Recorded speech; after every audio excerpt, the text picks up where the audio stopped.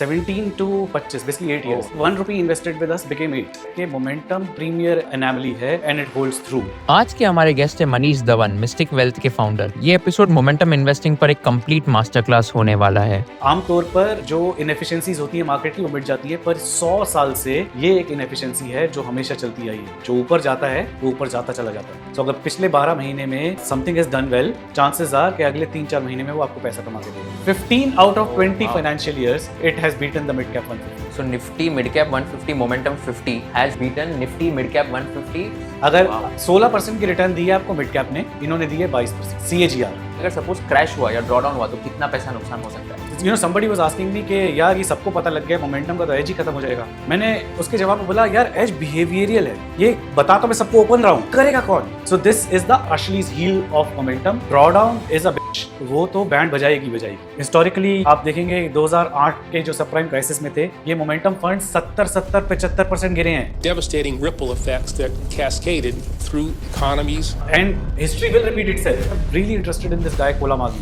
इसने $5,000 से शुरू किया था खुशहाल, अभी कुछ $140 मिलियन पे बैठा हुआ है। ये कह रहा है कि अगर मेरा main index 22 day moving average के ऊपर नहीं है, नीचे है, तो मैं कोई नई कॉल नहीं ले रहा, आई एम इन कैश। इसका क्या मतलब है ड्यूअल मोमेंटम का? Can you give some examples from your journey कि स्टॉक्स में आपने कैसे इन्वेस्ट किया था एंड मोमेंटम इन्वेस्टिंग के थ्रू कैसे इंडिविजुअल स्टॉक्स में पैसा बनाया जा सकता है? The green signal to go long is only when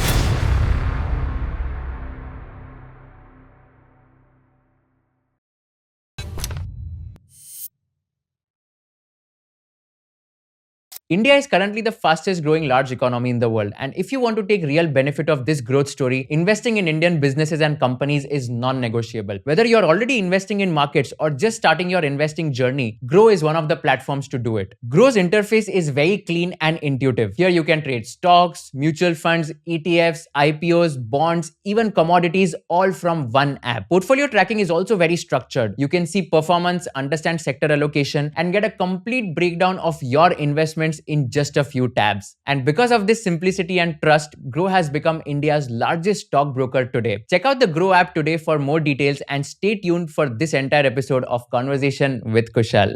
आज मोमेंटम इन्वेस्टिंग के बारे में पूरा A to Z सीखेंगे फ्रॉम स्क्रैच। और जो भी ऑडियंस है, हमें कुछ भी नहीं पता है कि मोमेंटम इन्वेस्टिंग होता क्या है। So you have to teach as if we don't know anything about momentum investing, and like we just want to understand everything about momentum investing because I think you have been doing that since a lot of time. So before we start this podcast, जिसको आपके बारे में नहीं पता है, आप उनको introduce कैसे करोगे? Okay, so Kushal, my introduction in short would be मैं 2011 से इस इंडस्ट्री में हूँ। Prior to that, I was in the corporate world, worked for around 10 years in companies like American Express, NEI Global, Hyper Quality. Then I got introduced to the world of stock markets around 2007-8. 2011 तक I had developed a pretty interesting strategy around demergers and spin-offs. And 2011 में I jumped in and started doing this full time. Back then I was only doing spin-off investing. ये Joel Greenblatt की book को हम India में replicate कर रहे थे. And call it luck or whatever, it started working from the get-go. So, and in fact, in hindsight, I say I got lucky. अगर वो इनिशियल डेज में वर्क नहीं करता तो मैं वापस जॉब पे चला जाता. Then, so me and my partner Daya were doing this. Then Daya continued with his spin-off journey. I started getting more and more interested in the world of momentum. ये research US से आ रही थी and उसको India में I started replicating just for my own sake. And 2014 is when I started getting interested and started deploying a little bit of money. The majority of the money was still in the spin-off world, but the start had happened in 2014. It was pretty random at start, but structure bante bante 2017 tak I had a structured product in place, and then we launched it at large for public as well. 2017 में we launched a product, momentum product in on small case. We were SEBI registered RA and RIA. Value भी launch किया और momentum भी launch किया. सो 17 से 2025 तक we had a pretty stellar run. Of course ups and downs आए, covid के lows आए, 2018-19 का ड्रॉ डाउन आया, but overall net net we average 27% CAGR. 27% over how many years? 17 to 25, basically 8 Oh, years. nice. So basically, 1 rupee invested with us became 8. Wow. And so this is in a nutshell has been my journey so far. Wow, lovely. Yeah. And इसमें फिर आपने बताया कि Joel ग्रीनब्लैक की एक book पढ़ी थी आपने एंड वहाँ से आपको इसमें पूरा इंटरेस्ट है। कौन-सी बुक थी ये एंड क्या वो बुक में ऐसे की इनसाइट्स थे जो आपने सीखे? बुक का नाम काफ़ी चीज़ी था Kushal. The name of the book is you can be a stock market genius. But वो बुक चीज़ी नहीं है, बुक बहुत ही अमेज़िंग है।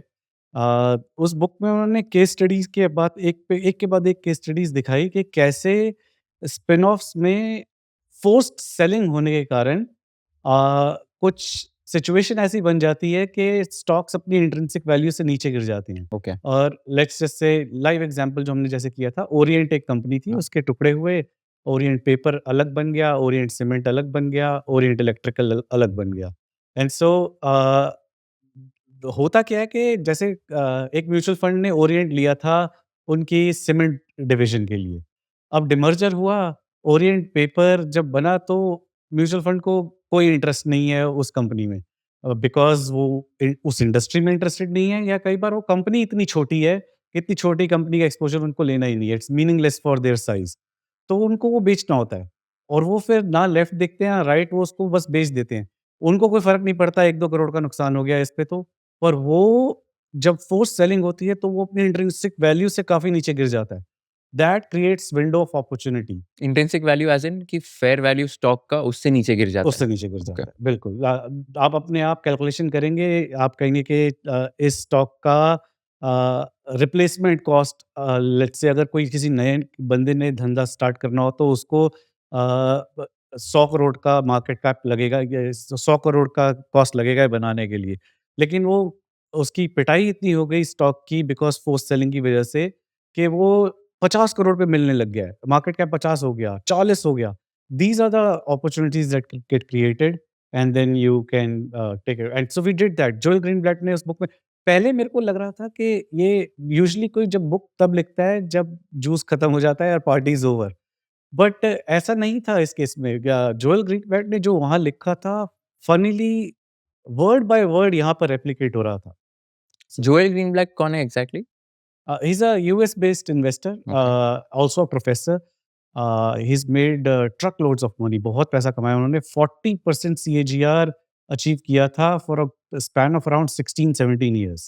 And then he returned money wow! to the investors. 40%। Yeah, yeah, very stellar record. और यही demerger और spin-offs करते हुए। सबसे ज़्यादा कौन से ट्रेडर ने बनाया था सीएजीआर? एक थे ना जो 60-64% सीएजीआर बनाया था उन्होंने। Jim Simons. हाँ, जिम या सिमंस, वो तो राइट। खैर अलग ही डोमेन में है। He does mathematics and hmm. Algorithms.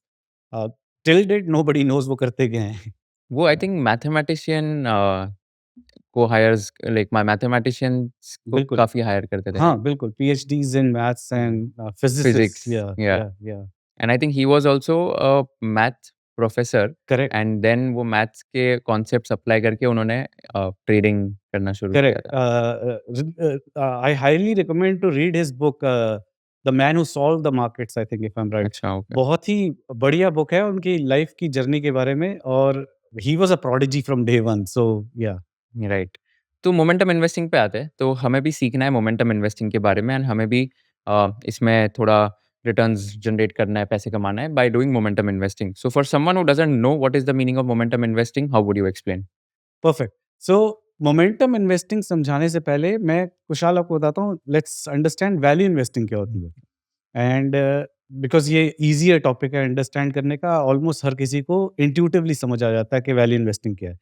कि आपको ₹100 की चीज़ ₹50 में खरीदनी है, अगर मिल रही है तो। उस रिसर्च को वैल्यू इन्वेस्टिंग कहते हैं। आपको अगर मिल गया, आप उसको लेते हो। जब वो 100 या 120 की हो जाती है, आप उसे बेच रहे हो। नेट नेट ये वैल्यू इन्वेस्टिंग। अब the whole exercise is to find something cheap. और जब आपको लगता है कि अब इसकी वैल्यूएशन मार्केट को समझ आ गया है और मार्केट उतने पे ही वैल्यू कर रही है जितना इसकी मेरे हिसाब से वैल्यू थी, अब मैं इसे बेच रहा हूँ। वो किसको बेच रहे हैं, वो मोमेंटम इन्वेस्टर है। सो दिस इज़ प्रीटी फैसिनेटिंग। जब वैल्यू इन्वेस्टर का पेट भर जाता है और वो सोचता है कि the juice is out, usually the party is generally starting then, असली गेम तब स्टार्ट हो रही होती है। And momentum investing is an art of buying something that has moved up higher with a hope and with a back test and support of the history कि ये आगे भी और बढ़े। ऑफ कोर्स मीन रिवर्जन होगी, life में होती है, जो चीज़ ऊपर जाती है वो नीचे जाती है। लेकिन इस साइकिल में गैप रहता है। उस गैप को कैप्चर करने की आर्ट मोमेंटम इन्वेस्टिंग। मैं आपको एक और तरीके से समझाने की कोशिश करता हूँ। आइंस्टाइन ने, I think this quote is attributed to Einstein, I am not sure, make things as simple as possible but not simpler. जब मैंने पहली बार ये सुना, मेरे को ये समझ नहीं आया, मेरे इट वाज अबव माय पे ग्रेड, ऊपर से निकल गया, Make things as simple as possible, but not not simpler. Simpler. So but as I have evolved in the markets and in life as well, इस बात की प्रोफाउंडनेस मुझे अब समझ आ रही है। और वो कैसे कि यूजुअली गिरते हुए शेयर को खरीदने को लोग वैल्यू इन्वेस्टिंग बोलते हैं।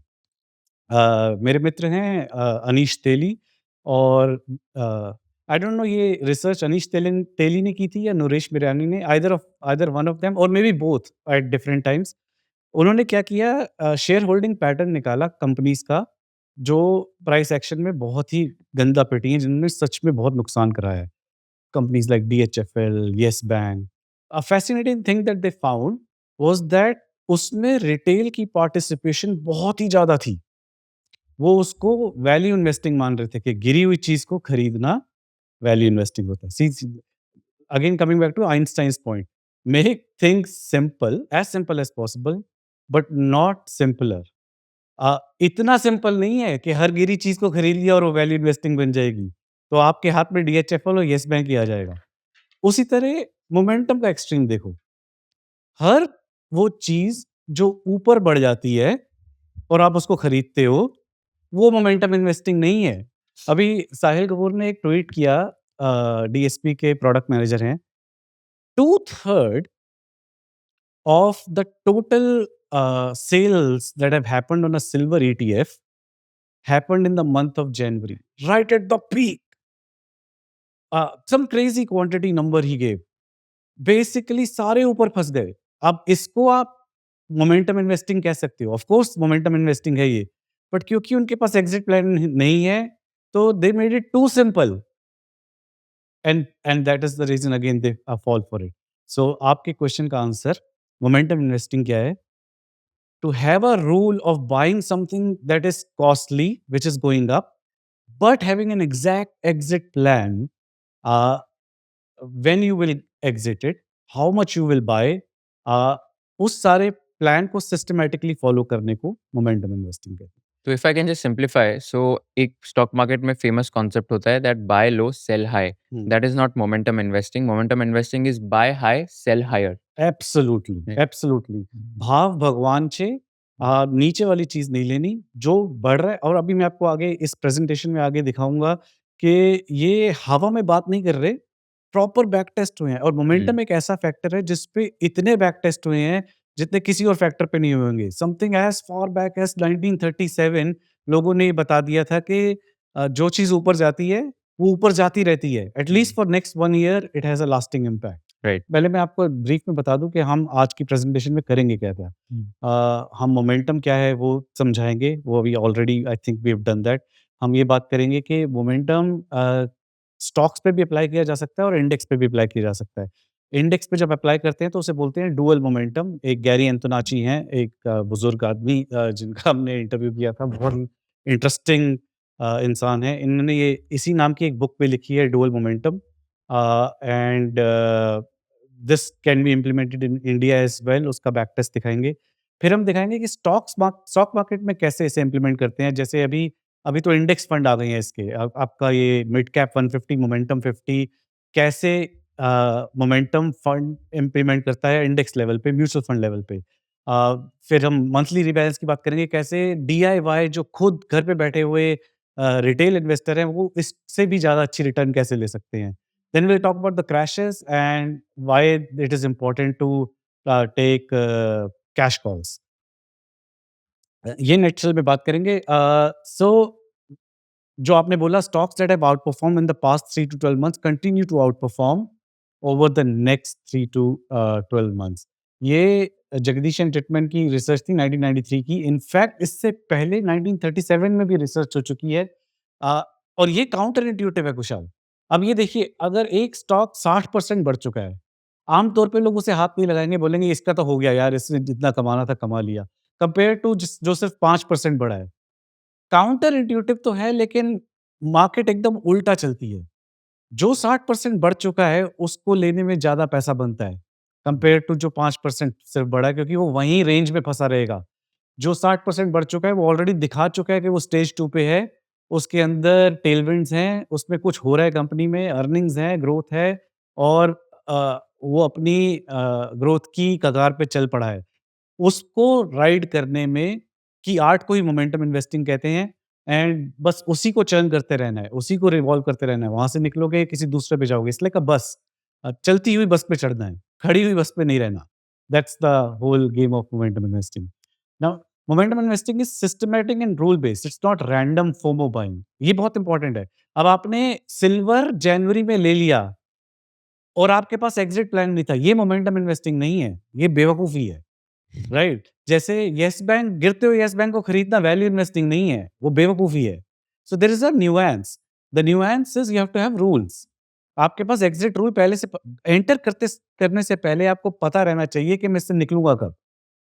मतलब आप बोल रहे हो एंट्री पॉइंट पे डिसाइड करना है कि मैं एग्ज़िट कब करूँगा? बिल्कुल, और वो आप नहीं डिसाइड करोगे अपने इमोशंस के साथ कि मैं यहाँ एग्ज़िट करूँगा, और उसके बाद जब स्टॉप लॉस का टाइम आया बोलो नहीं, नहीं, नहीं, अभी थोड़ा और रुक जाता हूँ। ऑलरेडी कोडेड है वो। वो कास्ट इन स्टोन है कि ये मेरे रैंक से गिरेगा तो मैं बाहर हो जाऊँगा। ह्यूमन इमोशन ही नहीं है। रीबैलेंस का टाइम आएगा महीने के एंड में या हफ्ते के एंड में, जो भी आपका रीबैलेंस टाइम है, वो आपने कोड रन किया, उसके अंदर वो टॉप 20 में नहीं है या टॉप 30, जो भी आप सिलेक्ट कर रहे हैं स्टॉक, वो नहीं है, तो नमस्कार, हमारा हो गया। अब उसकी जी। जगह जो कोई दूसरा आएगा, वो आएगा। तो बेसिकली इमोशनलेस अप्रोच है इसमें। और ये कैसे आपने बताया कि इसका हिस्ट्री बहुत इंटरेस्टिंग है, तो ये कैसे चालू हुआ था और what is this Jagdish and treatment जिन्होंने हिटमैन, ये रिसर्च उन्होंने क्या पेपर लिखा है बताया था? इन्होंने। हाँ। और मैं आपको अगली स्लाइड पे दिखाता हूँ कितने रिसर्च पेपर्स हैं। हुँ, ये कंप्लीट लिस्ट नहीं है, बल्कि हुँ, इनमें सबसे बढ़िया रिसर्च पेपर जो था वो मैंने इसमें लिखा नहीं है, वेस्ली ग्रे ने किया था। 100 साल का बैक टेस्ट, वैल्यू के लिए भी, मोमेंटम के लिए भी, सभी फैक्टर्स के लिए। और उसमें उन्होंने हमने वेस्ली ग्रे का भी इंटरव्यू लिया बाय द वे। ओह! काफ़ी डिटेल में उन्होंने ये समझाया। वो 100 साल का बैक टेस्ट ये सब्सटैंशिएट करता है कि मोमेंटम प्रीमियर एनोमली है, एंड इट होल्ड्स थ्रू। मतलब आम तौर पर जो इनएफिशिएंसीज़ होती हैं मार्केट की, वो मिट जाती हैं, पर 100 साल से ये एक इनएफिशिएंसी है जो हमेशा चलती आई है। जो ऊपर जाता है, वो ऊपर जाता चला जाता है। सो अगर पिछले 12 महीने में something has done well, chances are कि अगले 3-4 महीने में वो आपको पैसा कमा के देगा। So that's the entire nutshell is what momentum investing is. Pharma in French काफ़ी फेमस हैं ये। फार्मा इन्होंने एफिशिएंट मार्केट हाइपोथेसिस का कॉन्सेप्ट डाला था कि मार्केट को आप नहीं बीट कर सकते। इवन फार्मा, जिनकी पूरी लाइफ वर्क ही यही है कि मार्केट एफिशिएंट है, इसे कोई बीट नहीं कर सकता, सिर्फ इंडेक्स इन्वेस्टिंग करो। उन्होंने कन्फेस किया कि momentum is a premier anomaly, ये कुछ अलग ही हो रहा है यहाँ पर।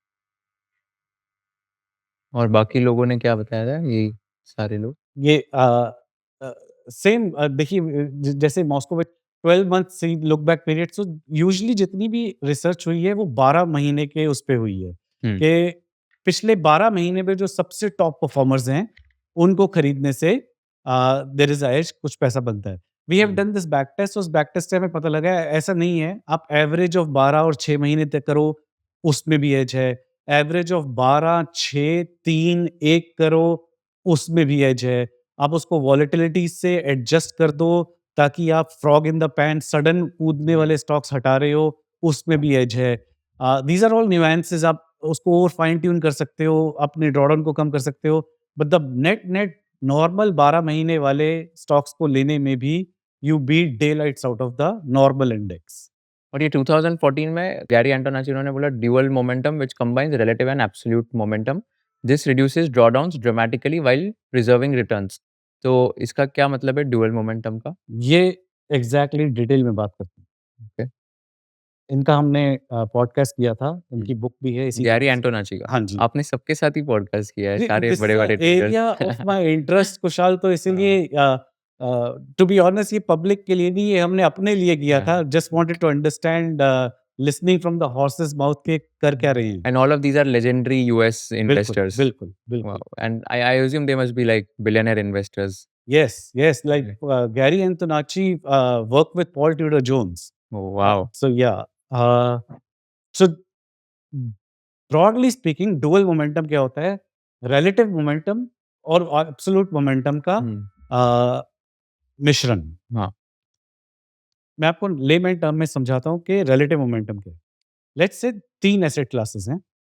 गैरी एंटोनाची ने जब इसको अमेरिका में किया था तो उसने तो किया, एक तरफ है इंटरनेशनल मार्केट, एक तरफ है एस&पी 500 या यूएस मार्केट, और तीसरी तरफ है बॉन्ड्स।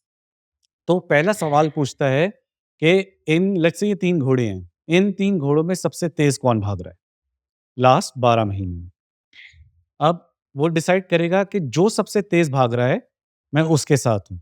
इसको बोलेंगे रिलेटिव मोमेंटम, क्योंकि आप रिलेटिवली कंपेयर कर रहे हो अलग-अलग एसेट क्लासेस को। सबसे तेज भाग रहा है मतलब जैसे इंटरनेशनल मार्केट का लास्ट 12 12 महीने मंथ का का रिटर्न रिटर्न, कितना होगा? एक का है जैसे सोचो 12%, हाँ। एक का है 18%, हुँ। एक का है 6%, तो 18 वाला जीत गया। ठीक है। अब जो 18 वाला जीत गया, मैंने उसको सिलेक्ट कर लिया। हुँ।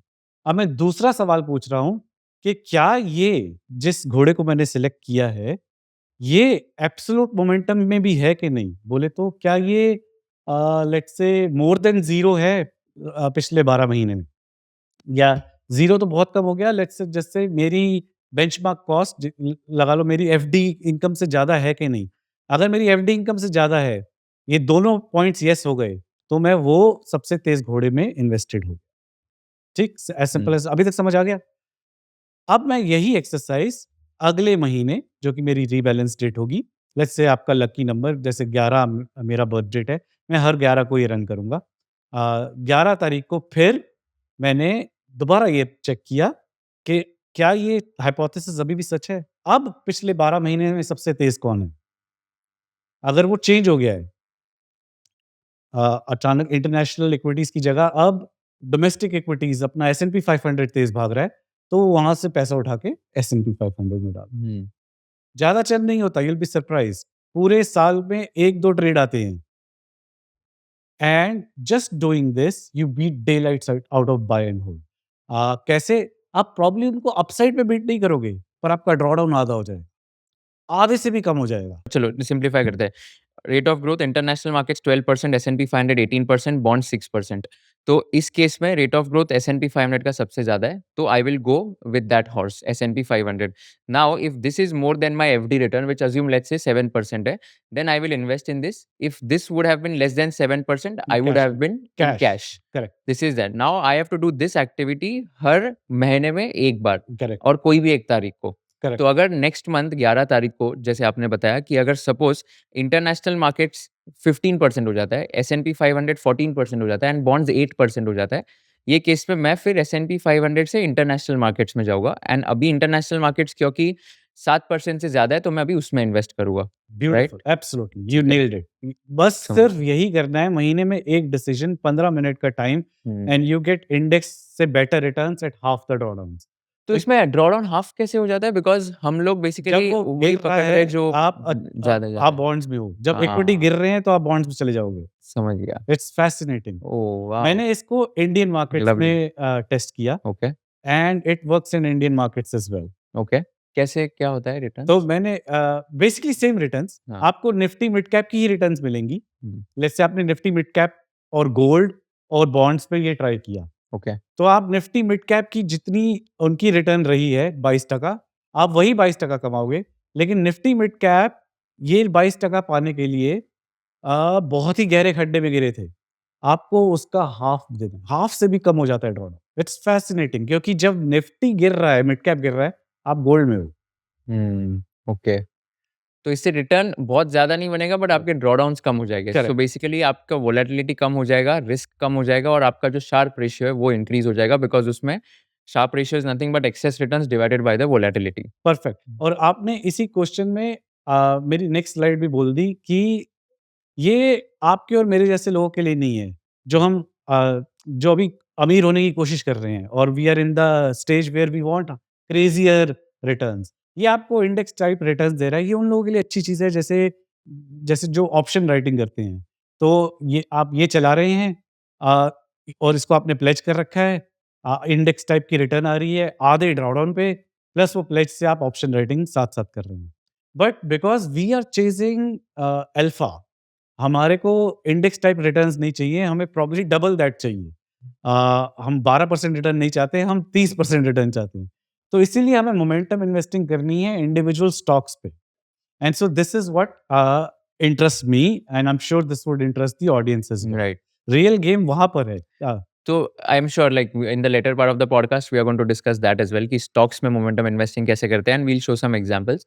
बट बिफोर दैट सो इसमें अभी निफ्टी गोल्ड और लिक्विड बीज अगर इसका कंपैरिजन करें तो क्या रिटर्न्स आए थे उसका डेटा है आपके पास? डेटा मैंने इस पे नहीं डाला, ओके। लेकिन the bottom line is still same hmm. That आपको निफ्टी ने जितनी रिटर्न, अगर आप ये निफ्टी पे चला रहे हो तो आपको निफ्टी की रिटर्न मिलेगी एट हाफ द ड्रॉडाउन। जैसे बोले तो निफ्टी का ड्रॉडाउन था अराउंड 60% इन 2008 सब प्राइम क्राइसिस, पर आप ये चला रहे होते तो आपका ड्रॉडाउन होता 28%।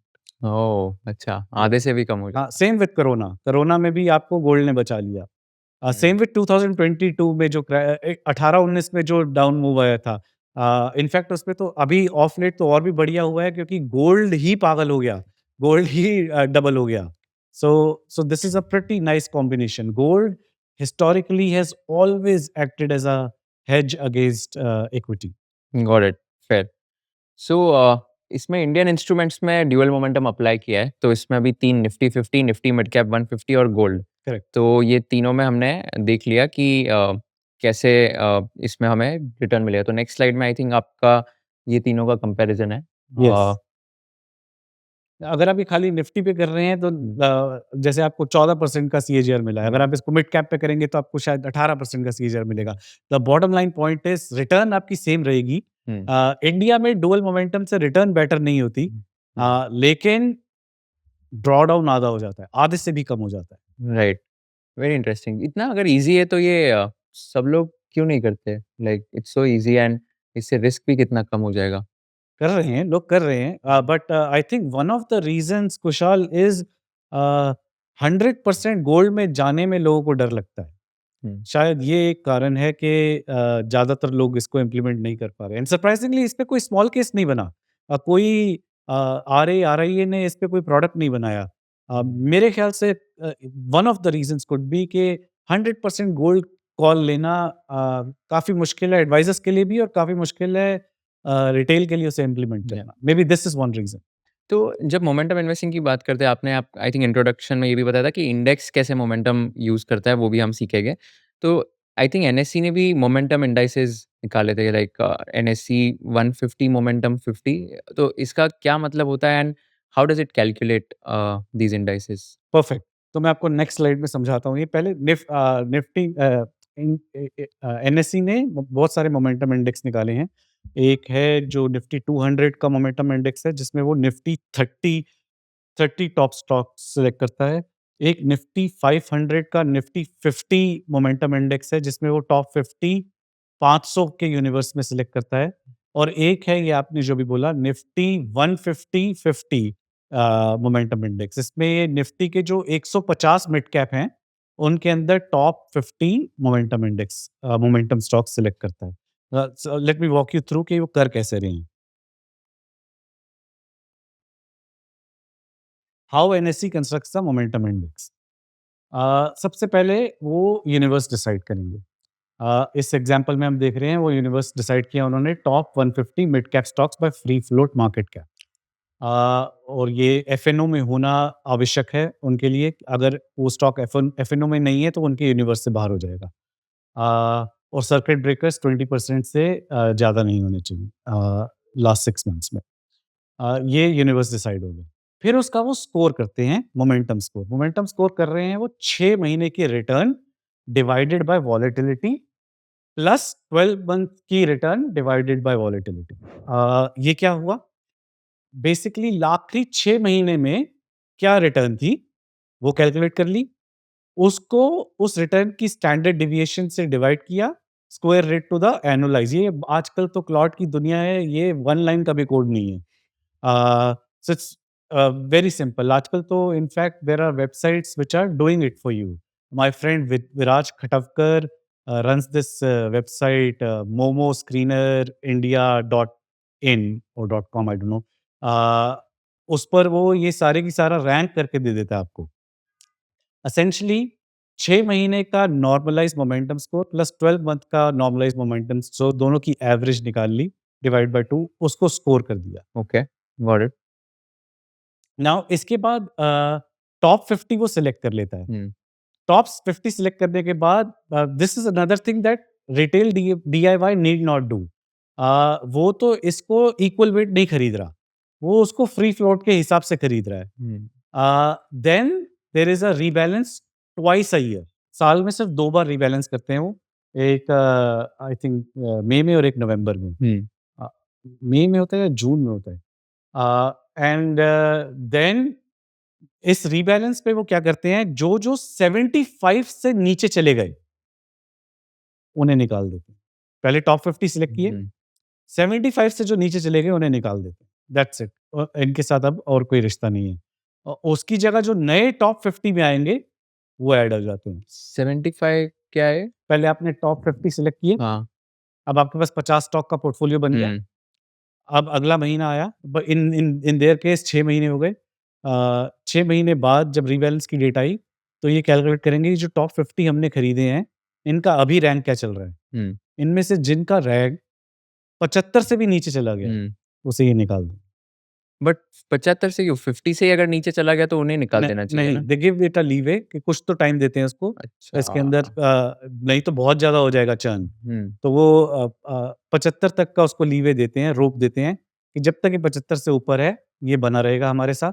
अगर ये 75 से नीचे चला गया, मतलब 50% डिसाइल से भी नीचे चला गया है मोमेंटम के, तो वो बाहर हो जाएगा। Okay. This is one thing that they do. Another thing that the index does, जो नॉर्मली डीआईवाई नहीं करता, वो ये भी करते हैं कि अगर टॉप 25 वाले तो होने ही होने चाहिए।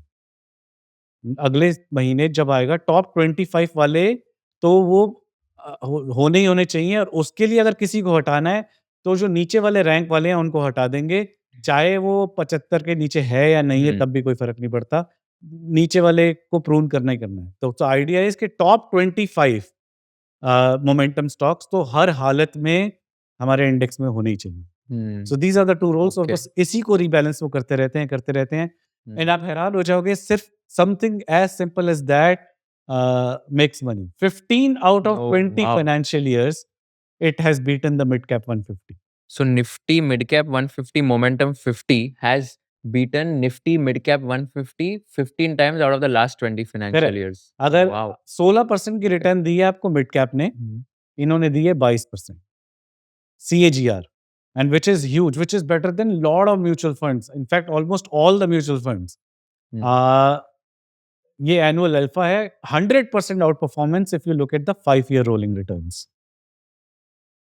तो 5 ईयर रोलिंग रिटर्न्स हमेशा ये फंड का, सॉरी, ये इंडेक्स का ज्यादा हुआ है एज कंपेयर टू उसके मिड कैप अपने इंडेक्स से। 150। यस, वाह। या अब मैं आपको एक इंटरेस्टिंग बात बताता हूँ, आप इसको बेटर कर सकते हो एज अ डीआईवाई। अब खुद जितने से भी कर सकते हैं। यस, ये जितने आरआईए हैं जो आपको मोमेंटम का इंस्ट्रूमेंट बेच रहे हैं, पीपल लाइक अस और कैपिटल माइंड थे, और वीकेंड इन्वेस्टिंग, जो भी हैं, वो सब यही मंथली रीबैलेंस पे कर रहे हैं। ओके, क्या आई एम करते हैं लीकिंग द एग्जैक्टली? अल्फा, वही का वही कर रहे हैं। Yeah. बस उनका रीबैलेंस आधा साल होने की जगह महीने का, दैट्स इट।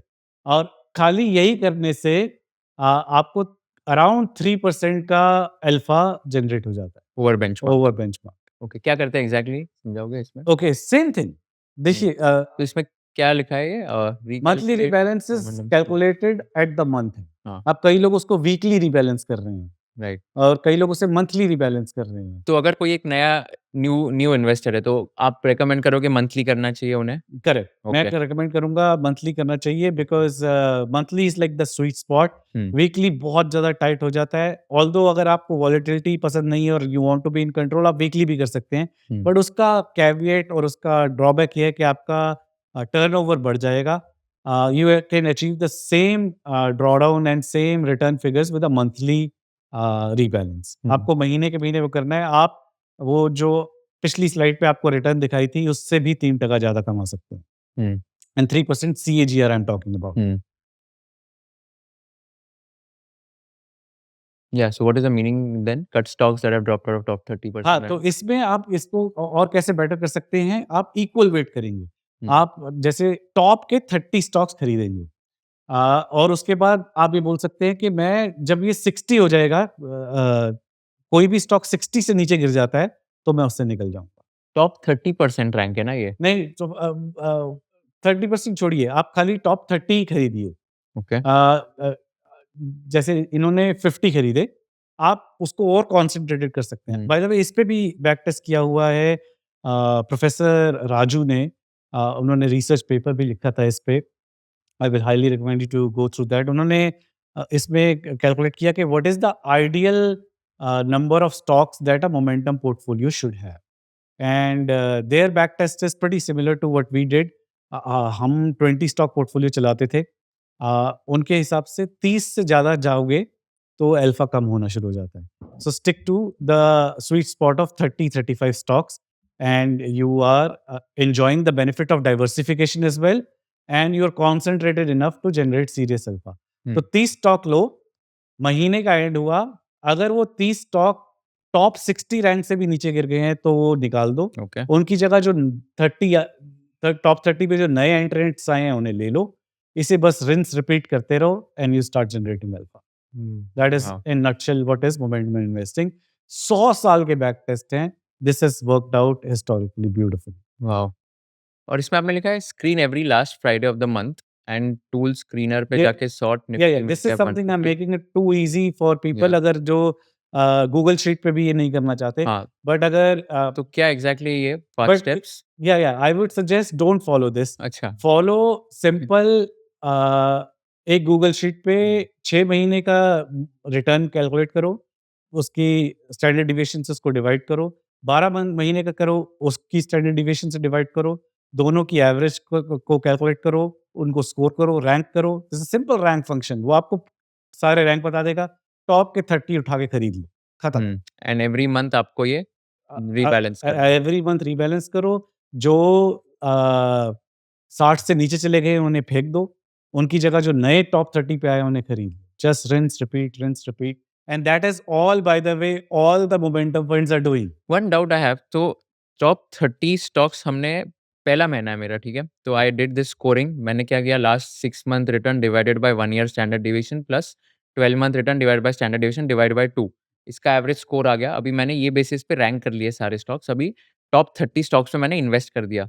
इक्वल इन्वेस्ट करना है मेरे को सारे स्टॉक्स में, यस, ठीक है? सारे स्टॉक्स में मैंने 3.33% इन्वेस्ट कर दिया, मेरे पोर्टफोलियो का वेट। करेक्ट। तो नाउ अभी 30 स्टॉक्स मेरे पास आ गए। Next month you are saying कि अभी ये 30 में से मान के चलो कि 10 स्टॉक्स ऐसे हैं जो 60 के नीचे रैंक में आ गए हुँ, नेक्स्ट मंथ, हुँ, तो ये 10 तो हटा ही देने बिल्कुल, कंप्लीट। अभी 20 बचे इसमें। बिल्कुल। अभी जो 20 बचे तो आप बोल रहे हो 10 वो वाले लेने पड़ेंगे जो नेक्स्ट मंथ टॉप 30 30 में आ गए हैं, आने वाले, राइट? आ गए हैं। आ गए। और जो जो मेरे पास ऑलरेडी नहीं है।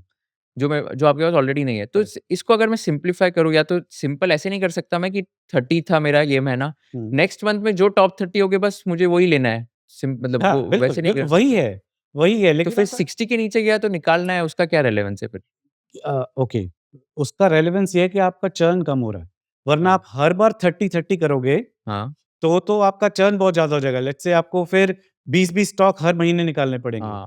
व्हेयरएज़ अगर आप उनको 60 तक का लीवे दोगे, हुँ। तो आपको हर महीने 6-7 स्टॉक ही चेंज करने पड़ेंगे। अच्छा, ओके। और अभी मैं और अगर दूसरा करेक्ट बेनिफिट ये है, कुशाल, ये बहुत ही बढ़िया क्वेश्चन है। दूसरा बेनिफिट ये है कि आपको उनको थोड़ा-सा लीवे देना पड़ेगा, हुँ, क्योंकि वो मोमेंटम रैंक में गिरे हैं। उनका मोमेंटम खत्म नहीं हुआ, हाँ, वो ओके, हल्का सा रिट्रेस होके मूविंग एवरेज पे सपोर्ट लेके फिर कूदेंगे। समझ गया, fair. Hmm, very, very interesting and I think I agree now. So अगर सपोज़ टॉप 30 स्टॉक्स है, 29th नंबर का स्टॉक है, फॉर एग्ज़ाम्पल मंथ 1 में, करेक्ट, वो अगर 32nd नंबर पे आ गया मंथ 2 में, करेक्ट, तो हमें इसे बेचना नहीं है करेक्ट, सेकंड मंथ में क्योंकि ये करेक्ट, 60 के नीचे नहीं गया है। करेक्ट, और अभी एट द सेम क्योंकि हम सोच रहे हैं कि ये थर्ड मंथ या फोर्थ मंथ में वापस टॉप 30 में आ सकता है, राइट? एब्सोल्यूटली, ठीक है, गॉट इट क्लियर।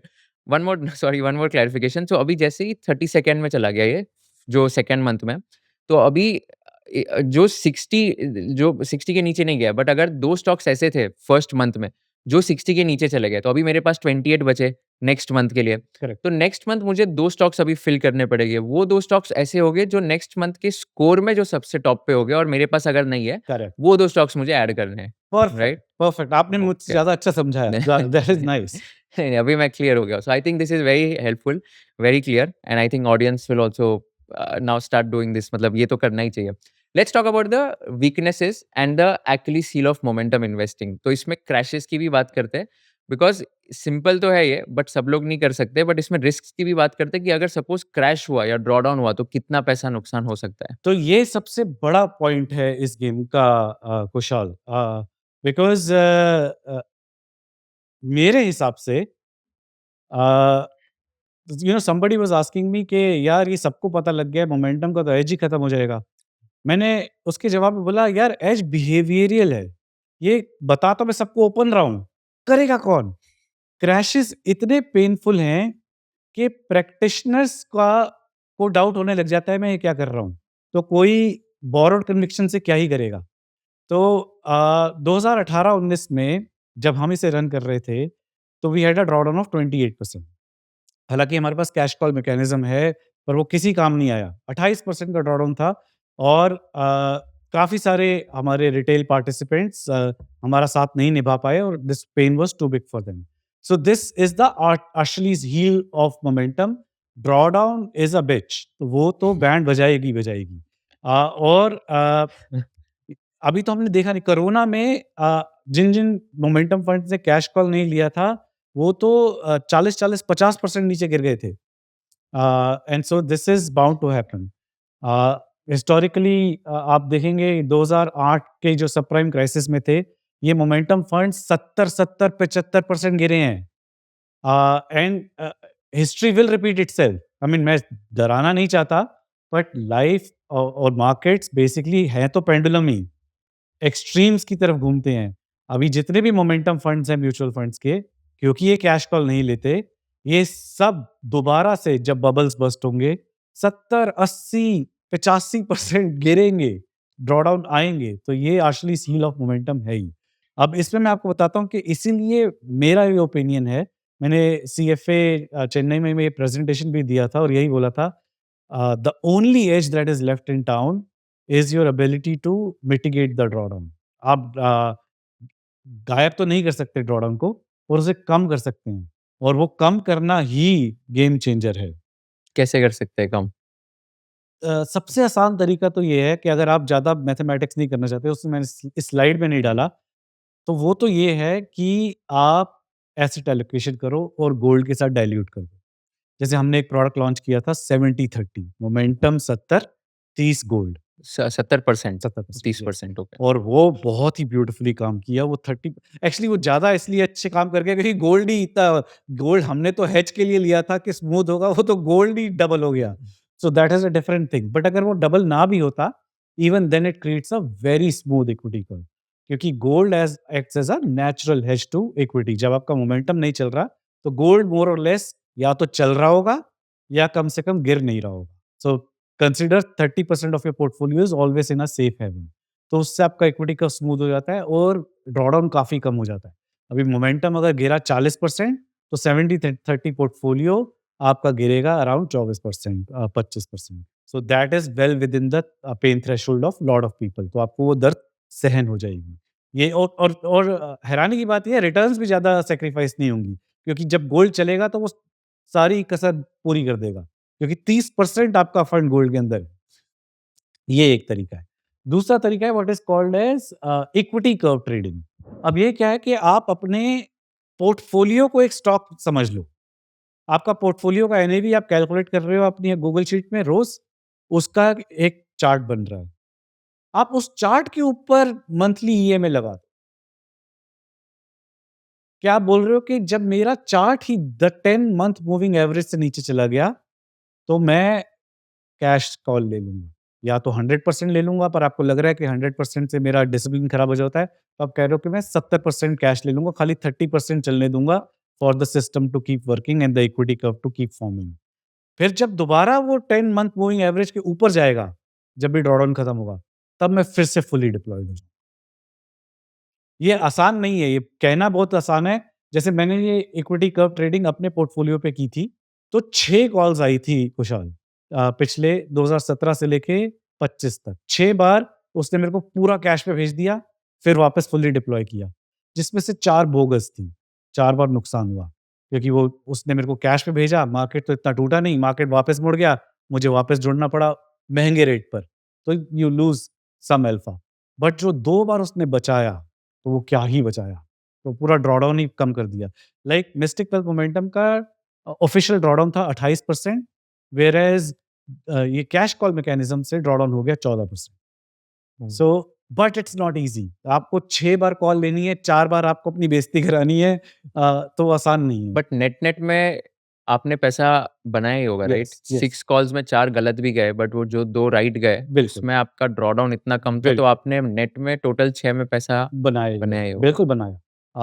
क्योंकि जब आपका ड्रॉडाउन कम होता है, तो रिमेंबर आपको क्लॉ बैक नहीं करना, क्योंकि आप जब दोबारा स्टार्ट कर रहे हो, ऑलरेडी हाई पे स्टार्ट कर रहे हो। हाँ। That is a game changer. Yeah, and also if I can explain because like through mathematics जैसे कोई भी स्टॉक अगर 50% गिरता है तो उसको 100% लगेगा to come back to its original position. Absolutely, तो that is absolutely, more critical, मतलब ड्रॉडाउन अगर आपका 30% है, 50% है, जितना ज्यादा है उतना डिफिकल्ट होगा to return back to its main level. तो जितना कम ड्रॉडाउन उतना better. Absolutely and this is a simple maths. जब आप गिरे नहीं हो और आप वहीं से स्टार्ट कर रहे हो जहाँ से पिछला बुल रन था, you have a huge edge already. मेरी सीएफए की प्रेजेंटेशन में मैंने एक स्लाइड शेयर की थी, audience would do well to go through that. Just corona में ना गिर के बाकी सब कुछ सेम है। Return in CAGR is huge, and product and result काफी अलग हो जाता है, क्योंकि गिरने के बाद वापस आने में, जैसे आपने समझाया, आपको डबल से भी ज्यादा मेहनत लगती है वहां पहुंचने में। राइट, और नॉट काउंटिंग द टाइम, बीच में टाइम कितना लग जाता है वापस आने में। राइट। या सो ये जो पहला वाला टूल है इक्विटी कर्व ट्रेडिंग, इसमें बस आपको देखना है कि आपका पोर्टफोलियो इक्विटी का मतलब अपने आपके स्टॉक्स जितने भी है, वो अगर 10 मंथ मूविंग एवरेज से नीचे है तो आप कैश में चले जाओ, करेक्ट, राइट? करेक्ट। और ये सारे स्टॉक्स क्या, जैसे अगर नहीं, 30 पोर्टफोलियो, स्टॉक्स है तो पूरा पोर्टफोलियो लेवल पे पोर्टफोलियो। आपकी कॉल ले रहे हो। ओके। आपने पोर्टफोलियो का ही एनएवी क्रिएट कर दिया, हुँ, और पोर्टफोलियो को, जैसे म्यूचुअल फंड की एनएवी होती है, समझ गया। आपने अपने पोर्टफोलियो की एनएवी बना दी। तो एक बात बताओ, जैसे 30 स्टॉक्स है मेरे पोर्टफोलियो में, तो मेरे को क्या करना है कि ये जो 30 स्टॉक्स है, इसका जो मूविंग एवरेज है, ये सब स्टॉक्स का लास्ट 10 मंथ मूविंग एवरेज ये नहीं, देखना है क्या? नहीं, नहीं तो भाई, नहीं, नहीं। आपको आपको अपनी पोर्टफोलियो वैल्यू कैलकुलेट करनी है। हाँ, लेट्स से आपने 50 लाख से स्टार्ट किया, करेक्ट। 30 स्टॉक में पैसे डाल दिए। हाँ, उसका अप एंड डाउन हो रहा है, आपको एंड ऑफ द डे या एंड ऑफ द मंथ आपको पोर्टफोलियो वैल्यू पता लग रही है। लेट्स से 52 फिर लैक्स। 52 हुँ, लाख, फिर आपने अगले महीने किया 53 लाख, 58 लाख, ये ब्ला, ब्ला, ब्ला, और इसका इक्विटी कर्व बन रहा है। हाँ, ओके। उस इक्विटी कर्व पे मूविंग एवरेज लगा रहे हैं हम। समझ रहे हो? Hmm. That's what we are doing. तो अगर ये इक्विटी पोर्टफोलियो का 10 मंथ मूविंग एवरेज करेक्ट। अगर नीचे गिरता है उससे, तो हम समझ सिस्टम गया, से कैश में घुसते हैं। समझ गया, वेरी क्लियर। ओके। या दैट्स द गेम। दूसरा तरीका ये है कि कई लोग बोलते हैं, ये नसीम निकोलस तालिब ने इस पे बहुत रिसर्च की है, कि जब वॉलेटिलिटी बहुत हाई हो, इसका मतलब तालिब बोलता है there is something called volatility clustering. वो कह रहा है वॉलेटिलिटी आइसोलेशन में नहीं होती। अगर कुछ बहुत वॉलेटिलिटी हाई होगी है, तो इसका मतलब अब अगले और 1 महीने तक या 2 महीने तक वॉलेटिलिटी हाई रहेगी।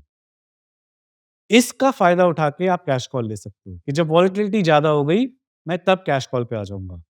इसको, ये थोड़ा एडवांस टॉपिक है, शायद आपकी ऑडियंस को पूरा दिन लगे इसको समझने में, या कुछ डीप डाइव करना पड़े। There is something called volatility scaling. बोले तो कि जब वॉलेटिलिटी ज़्यादा है, तब मैं कम डिप्लॉयड रहूँगा, जब वॉलेटिलिटी कम है तब मैं फुली डिप्लॉयड रहूंगा. This is another way of mitigating the drawdown. इसमें आपकी रिटर्न भी कम हो जाती है. रिमेंबर, मैं जितनी भी चीजें बता रहा हूँ ना कैश को ये ड्रॉडाउन कम करने की, इन सबका ट्रेड ऑफ है कुशाल. आपकी रिटर्न कम करेंगे ये, क्योंकि ऑफ कोर्स आप कैश कॉल डिसीजन फिटिक होगा, क्योंकि आप वरना नॉर्मल बाय एंड होल्ड में तो मोमेंटम में आप महीने में एक डिसीजन ले रहे थे, बात खत्म. इसमें आप स्केलिंग कर रहे हो, कभी आप 70% डिप्लॉयड हो, कभी आप 50% डिप्लॉयड हो, तो उसमें ट्रांजैक्शन कॉस्ट ऐड हो रही है, एसटीटी ऐड हो रही है, so it all adds to the pain. But net net आप, अगर आपकी पेन थ्रेशोल्ड कम करना है तो ये सब तरीके हैं. हम्म.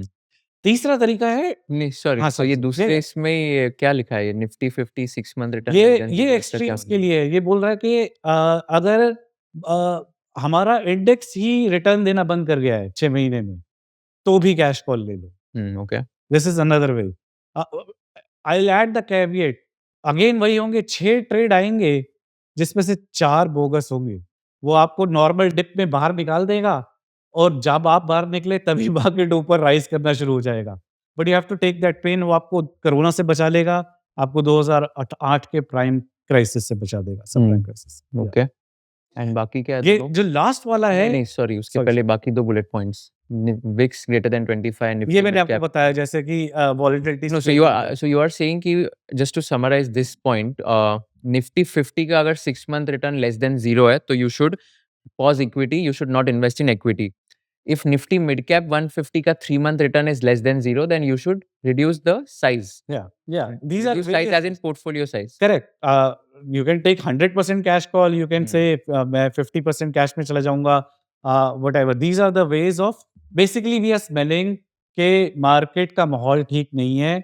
मेरे को फुली डिप्लॉयड नहीं समझ गया. तो ये बेसिकली ये टूल्स है तीनों जहाँ पर ये बता रहा है कि आपको कैश में कब जाना है. करेक्ट. राइट. करेक्ट. एंड तीसरा है कि अगर वोलेटिलिटी इंडेक्स जो 25 के अगर ऊपर चलाता है, Correct. चला जाता है, तो reduce your exposure by 50%. Correct. And the underline concept being कि जब वॉलेटिलिटी हाई रहती है तो there is something called volatility clustering. बुरे दिन अकेले एक दो नहीं आते, उनके साथ ढेर सारे आते हैं. In fact this works in Nifty as well Kushal. अगर कोई निफ्टी ट्रेडर है, जब बड़े बड़े रेड कैंडल्स बन रहे हैं, जब दोज आर द टाइम्स आपको लग रहा है कि ये बाइंग का टाइम है, यू विल बी सरप्राइज्ड वो एक्चुअली सेल का टाइम होता है. या और ये हमें एवरी मंथ चेक करना है. Yes. Check the market Whatever your rebalance every month. Okay. time frame is, yes. Very interesting. This is very actually interesting. तो इसमें एवरी मंथ मुझे जस्ट टू समराइज, तो टूल जो ये बोल रहा है एवरी मंथ मुझे चेक करना है. निफ्टी 50 का 6 मंथ रिटर्न अगर लेस देन 0 है तो प्लीज कैश में चले जाओ. निफ्टी मिड कैप 150 का 3 मंथ रिटर्न अगर लेस देन 0 है तो आपका पोर्टफोलियो साइज रिड्यूस करो, कैश में चले जाओ. एंड अगर वोलेटिलिटी इंडेक्स 25 से ज्यादा है तो आपका पोर्टफोलियो साइज 50% से कम कर लो और कैश में चले जाओ. Right. Yes. Now, I'll add one more caveat, and it's very important to add. मेरे experience में 90% of the audience will not be able to do this. Bye. Decision fatigue है कुशाल. ये इतनी आसान डगर है नहीं. Asset allocation is the best way to reduce cash. Pain threshold से बेस्ट टू रिड्यूस कैश और drawdown, sorry. Best way to reduce drawdown. आप मोमेंटम डेट या मोमेंटम गोल्ड का कॉम्बो, मेरे पास तो जो भी कोई एमेच्योर आता है मैं उसको यही रिकमेंड करता हूँ. This is the safest and easiest way to do this. ये बाकी सारे शानागिरी है, and this requires lot of effort, and it has decision fatigue. 9 out of 10 of us will not be able to pull it off. But you still think कि ये सबको करना चाहिए. अगर कर सकते हैं अगर कर सकते हैं तो you will be able to avoid big drawdown. big drawdowns. Correct. Corona kind of drawdowns will be removed. Subprime crisis kind of drawdowns would be removed. कल को जब क्रैश आएगा, these guys would be safe. समझ गया. तीसरा है discretionary traders की दुनिया. ये आजकल मैं recently I am really interested in this guy कोलामागी. ये गुलामागी. या He's the name. It's the name of name. The person. Yes, ये चैप्टर 1 है जैक श्वागर की लेटेस्ट मार्केट विजिट बुक का. इनको कवर किया है. ये इसने $5,000 से शुरू किया था कुशाल. अभी ये कुछ $140 मिलियन पे बैठा हुआ है. And Wow. He is openly sharing his secrets and telling के क्या कर रहा है.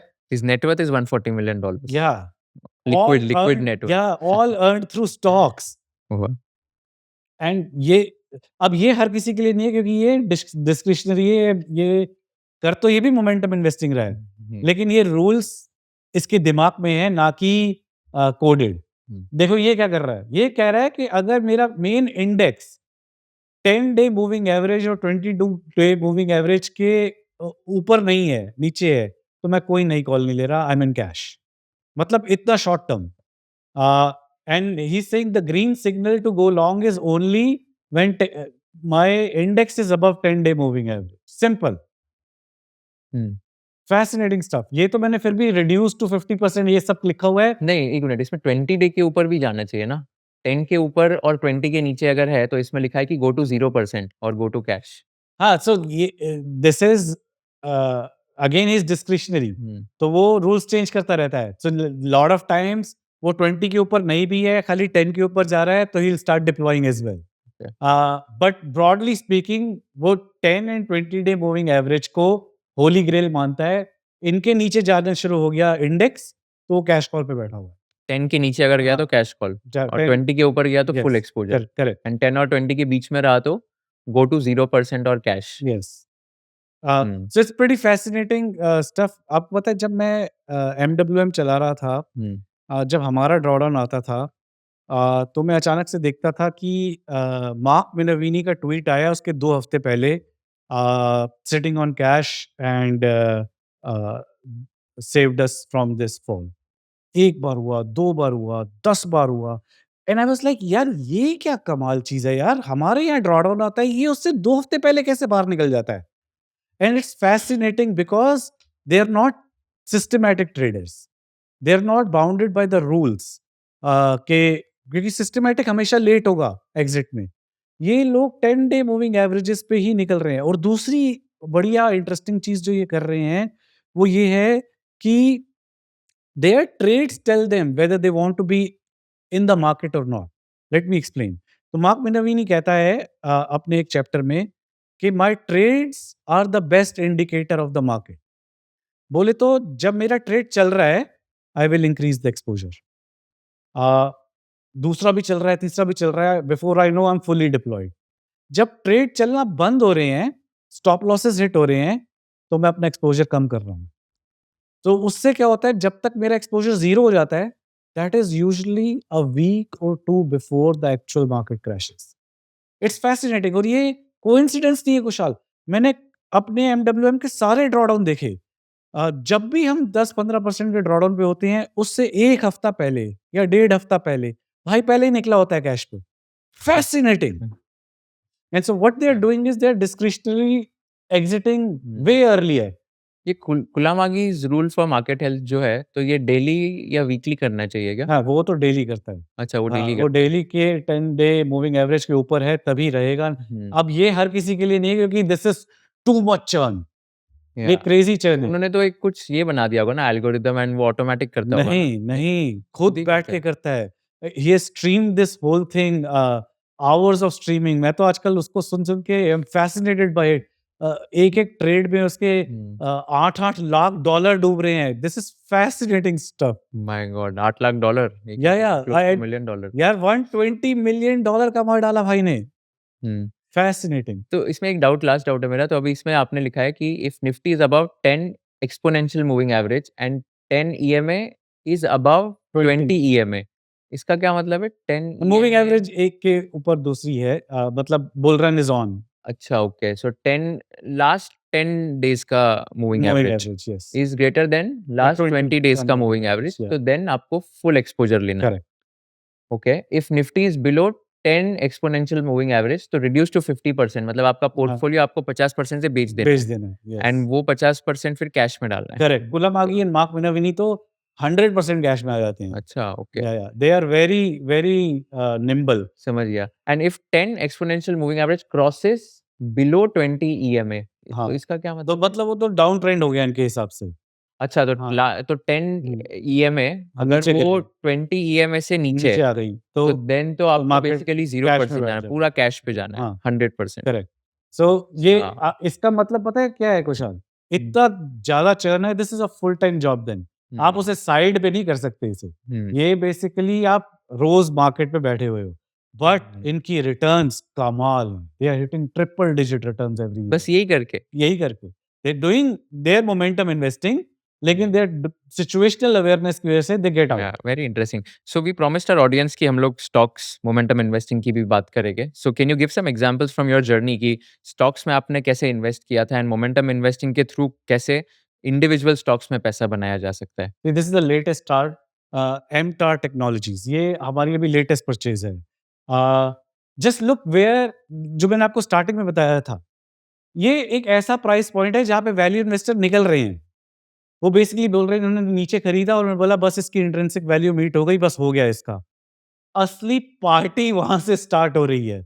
Our system is picking what supposedly looks like a overbought zone. But like I said, momentum is the art of buying high and selling higher. तो हमें नहीं देखना कि वो कहाँ खरीद रहा है, सिस्टम को पता है वो क्या कर रहा है, वही एंट्री दिला रहा है, वही एग्जिट दिलाएगा। पोजीशन साइज भी उसी ने बताया है, एग्जिट भी वही बताएगा। पोजीशन साइज तो आपने अभी बताया था इक्वल इक्वल इक्विवेट, इक्वल करना है। यस अच्छा, इक्विवेट। सो इक्वली डाल। सिस्टम ने बताया ना कि हमने हुँ, अगर 30 से डिवाइड किया है तो 3.3 आएगा, अगर 20 स्टॉक का किया है तो तो 5% 5% आएगा। समझ गया। सिंपल। तो इसमें आपने 2.6x बनाया था। कितने टाइम में? ये अभी चल रहा है, ट्रेड इज ऑन।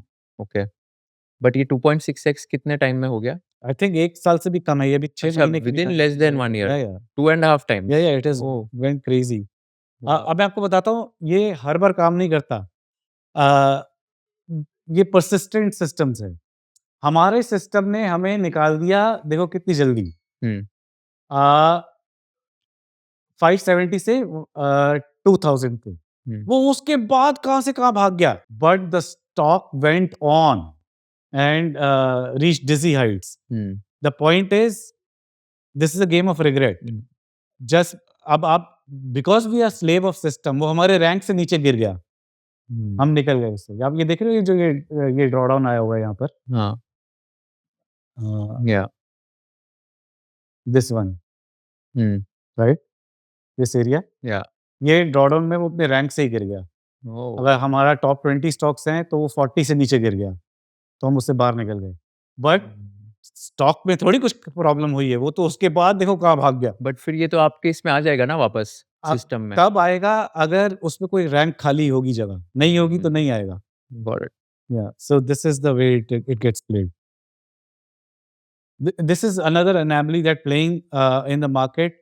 जब भी कुछ टेल विंड इवेंट स्टॉक पे हो रहा है, तो हुँ, ऐसा हो ही नहीं सकता कि हमारा मोमेंटम सिस्टम उसे ना पकड़े। Hmm, so this is the beauty of it. अगर कंट्री ने अच्छा किया और बुल रन आया, hmm, we will catch that day, and hmm, that is the entire crux. पर आसान नहीं है। Like I said, win rate इतना गंदा है कि इट इज ईगो हर्टिंग। आपको बेसिकली कॉइन टॉस से भी गंदा विन रेट है Kushal.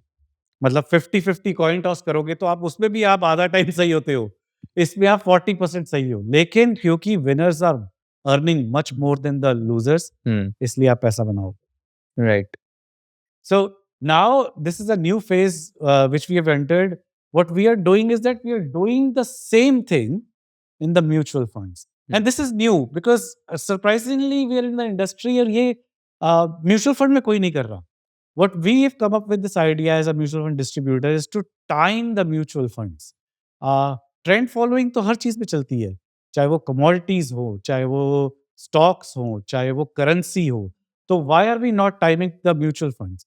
So what I did is that we use the same trend following filters that we have coded for MWM, some tweaks of course, but are implementing them in the mutual fund industry to ride those uh, liberal trends that keep happening. अगर किसी को momentum investing easy way में समझना है तो ऐसे कौन से 3 या 4 बुक्स से आप उनको रिकमेंड करोगे कि ये तो पढ़ने ही चाहिए? वेस्ली ग्रे की बुक है क्वांटिटेटिव मोमेंटम, वो जरूर पढ़ना चाहिए. अपना डुअल मोमेंटम का गैरी एंटोनाची का, अगर इंडेक्स में इन्वेस्टिंग में उनको इंटरेस्ट है तो वो पढ़ना चाहिए. एक अपना मेरा दोस्त है प्रशांत कृष, उसका एक स्लैक चैनल है. वहाँ पर प्रैक्टिशनर्स अपनी सारी स्ट्रैटेजीज शेयर करते हैं और काफ़ी इंटरेक्टिव ग्रुप है, वो वहाँ पे एक दूसरे की फ्रेशर्स की हेल्प करते हैं, वो ग्रुप ज़रूर ज्वाइन करना चाहिए। और ट्विटर में ऐसे कौन से 3-4 लोग हैं जिनको फॉलो करना चाहिए टू लर्न मोमेंटम इन्वेस्टिंग? अगर आप डिस्क्रिशनरी साइड लर्न करना चाहते हैं तो कुलामागी फॉलो करें, पर कुलामागी ट्विटर पे एक्टिव नहीं है, but he is got lot of YouTube content. Mark Minervini की किताबें पढ़ें अगर आप डिस्क्रिशनरी मोमेंटम। डिस्क्रिशनरी मतलब?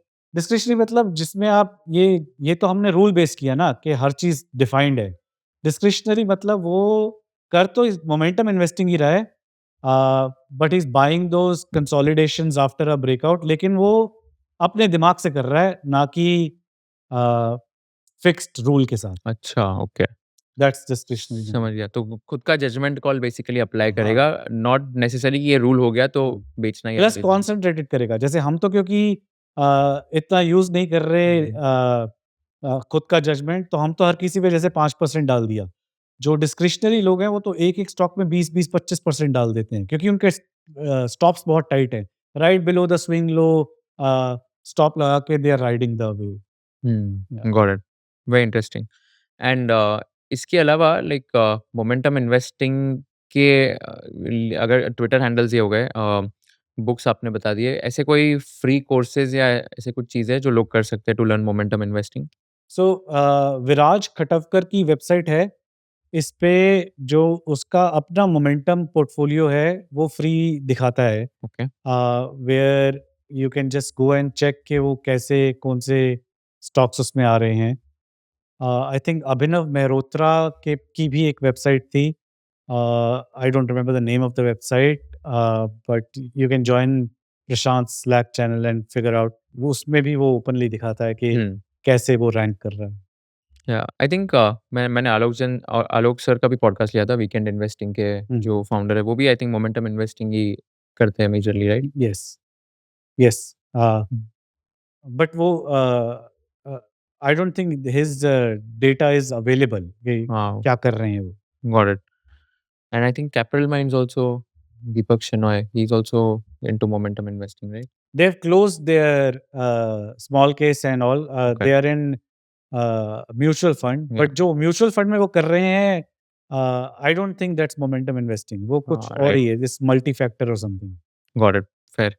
सुपर इंटरेस्टिंग, बहुत ईज़ी वे में आपने समझाया आज मोमेंटम इन्वेस्टिंग, बहुत मज़ा आया मुझे भी। I think I asked a lot of questions as a student, doubts तो काफ़ी सारे थे, but thank you so much for doing this. Last question that I ask all my guests, it's a tricky one. If you are in the shoes of Kushal Lodha and if you are interviewing Mr. Manish Dhawan, what is one question you would like to ask him towards the end?